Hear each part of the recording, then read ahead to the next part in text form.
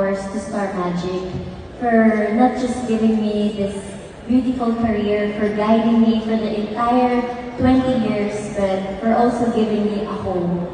Dahil isa lamang po ako, pwede pong i-gilid. Ang bigat.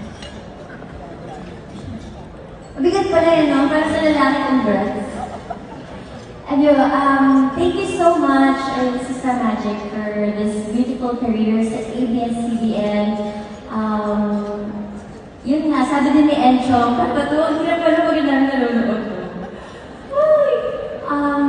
Nagsimula din ako without any talent, just kami Enchong. I don't know how to sing, to dance, to act, but what I only have are dreams and hope na sana ay maitawid ko yung pamilya ko. And yung isang dream ko din na mapanood sa TV everyday. After 20 years, na everyday pa rin naman. So thank you so much for fulfilling my dreams and for giving me this wonderful journey na meron ako ngayon dito sa ABS-CBN. And I also learned with those 20 years is that your talent will bring you in the room and open doors for you. But your attitude will define how long those doors will stay open.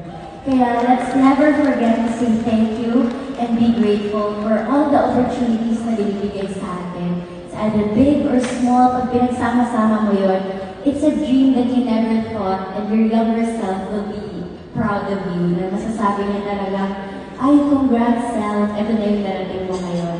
So let us not forget lahat ng tumulong sa atin. Especially, I just want to thank also to all my loving supporters through ups and